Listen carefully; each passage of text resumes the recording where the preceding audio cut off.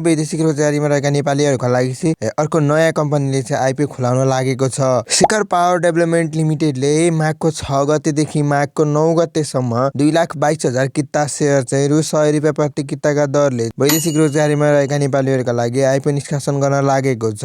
यो कम्पनी चाहिँ एउटा जलविद्युत उत्पादन गर्ने कम्पनी रहेको छ, अर्थात् हाइड्रो पावर कम्पनी रहेको छ। यस कम्पनीको इस्यु म्यानेजरमा ग्लोबल आइएमई क्यापिटल लिमिटेड रहेको छ।